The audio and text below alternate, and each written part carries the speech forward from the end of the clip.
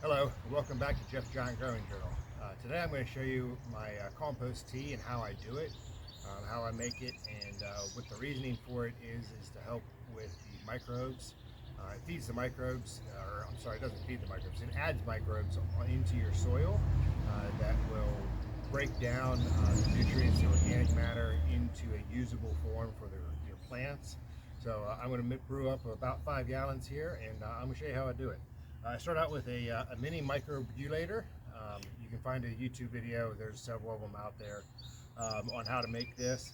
I got an air pump I got from Amazon several years ago. Air is key, you need as much as you can. So that's why I went that route instead of the fish tank style.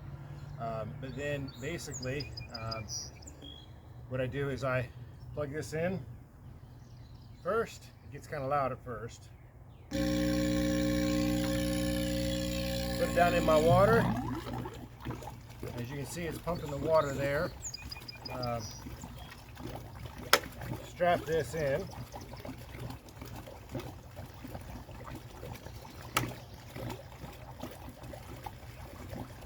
And then I add in worm castings, about a heaping cup worth here. Alfalfa meal, it's food for the microbes. About a tablespoon, maybe a little bit more. And then unsulfured blackstrap molasses. Again, about a tablespoon, maybe a little bit more. I don't measure, as you can see.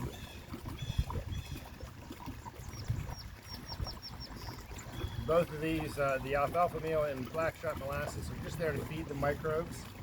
And a good indication after about 24 hours, if you start seeing foam on this, that's a good indication that you're increasing the number of microbes. And that's you just divide that up amongst your plants, and it'll help feed your plants by adding those microbes into your soil. So we'll come back in about 24 hours and see what it looks like.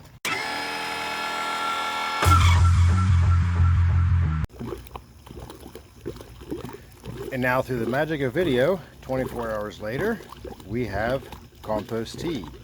I'm going to use that to feed the microbes. The microbes in the soil are what takes the raw materials, your organic matter, or even any fertilizers that are not in a plant usable form, and they convert it to a plant usable form so that your plant can take it up. So I'm going to spread this out amongst my plants and just add it to my regular watering, and to help the plants out, and hopefully they'll enjoy it and take off.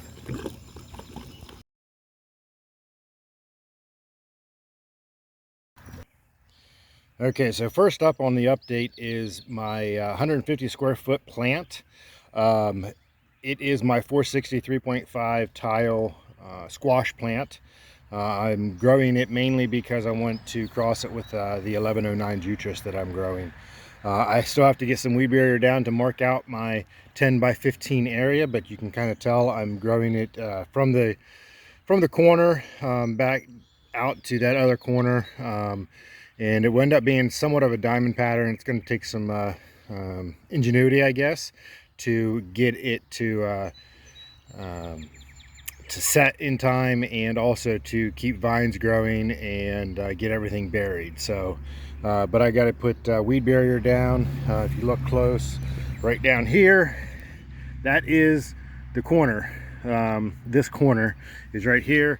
You can't see the stake down there, but I got a stake down there so I can just mark out exactly where it's going to end up being for my 10 by 15 for 150 square feet. Next up is Boz. This is my 1699 tile that I'm growing for Brooks Bosworth. Coming along good, a little slower than what I would like. All my plants are. They're all kind of behind for what I would like them to be at right now. But I'll be honest with you, I haven't actually compared to seasons past to see where I'm at. I'm looking at everybody else's, and everybody else is pretty far ahead right now, but it's not about where you're at right now, it's about where you're at in the end. The vine is probably about 5 feet long. Got some secondaries starting. I have to give them some phosphorus to help with the rooting and help that hopefully take off a little bit better. They should have plenty of nitrogen, but Yeah, that's the $16.99 tile. Next up is the $21.95 tile. It is probably about 6 feet long. It's actually my best plant by far. Secondaries are coming along pretty good. Got a little bit of vine burying done, really on the $16.99 and this $21.95. Yeah, it's coming along good. I'm happy with the progress of it. We're gonna have to train some secondaries here, other than that, they're looking pretty good. Everything's looking good here with this one. Last and certainly not least are the two squash plants. They're currently fighting for a spot. They're about 2.5 to 3 feet long. They are the 1109 Jutras and the 2030 Toback. They're fighting simply because I had a scare with the 1109. Someone actually had one that was sterile last year, and so I only heard of it one time. Doesn't mean this one will be, but figured I would just let the 2030 grow right along with the 1109 until I knew for sure that the 1109 was good. The stamens are in the male flowers. I did determine that, but I'm going to wait until a male flower matures before I go cutting the 2030, simply because it could still be sterile until that matures and I know that there's pollen there. Then I want to make sure that it's a good plant. I have grown a sterile plant in the past. Did not realize exactly what was going on at the time. It was back in 2019, and I ended up with an 850-pound pumpkin. Actually, well, it was supposed to be a squash, but it ended up being judged a pumpkin, and with no seeds, none whatsoever. I don't want that to happen again. I've heard that they will fizzle out around that 1,000-pound mark if it's a sterile plant. So to avoid that, I'm just going to hold off.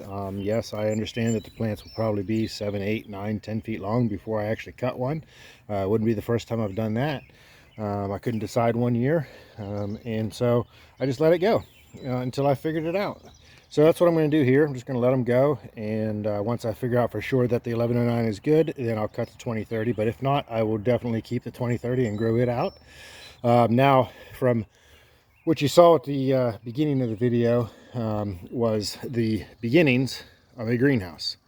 We're in the middle of getting it put together. Got probably another good day, maybe 2 days, and it will be complete. We got to get this back wall on. The front wall is done, and then the plastic over top. So exciting time. We'll see what happens here over the next couple weeks, and I try and get this done, and I put out the video of the process of making it and putting it together. So exciting times. I'll have one plant inside of a greenhouse, and we'll see how well it does. First time. So that is all for now. Good luck, God bless, and grow big.